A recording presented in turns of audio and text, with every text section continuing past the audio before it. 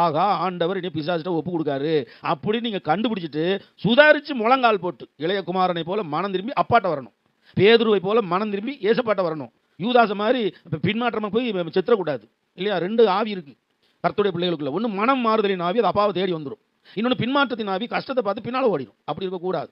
அப்போ இந்த பஞ்சத்தை குறித்து நீங்கள் அதிகமாக கவலையே படாதீங்க.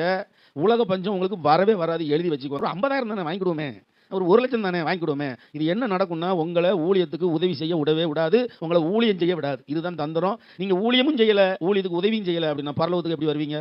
அப்போ டார்கெட் எங்கே இருக்குது? நீங்கள் பரலோகத்துக்கு வரக்கூடாது. ஆதாம் ஏவாளை பழத்தை கொடுத்து ஏமாத்தின பிசாசு இப்போ கடனை கொடுத்து ஏமாத்துது. ஆமாம், எவனாவது கடனுக்கு போனப்பட செருப்பால் அடிப்பேன் நான் போன வயல அப்படின்றங்க. ஆமாம், ஆண்டவர் எனக்கு கடனை கொடுத்தாருன்னு சொல்லாதீங்க. கடன் ஆண்டவர் தரவே மாட்டார், எழுதி வச்சுக்கோங்க. உங்களுக்கு ஆண்டவர் இலவசமாக வேணா கொடுப்பார். உங்களுக்கு பணம் வேணுமா, நகை வேணுமா, வீடு வேணுமா, எல்லாம் வேணுமா, இலவசமாக வேணா கொடுப்பார். உடனே லூசா பாஸ்டர் நீங்கள்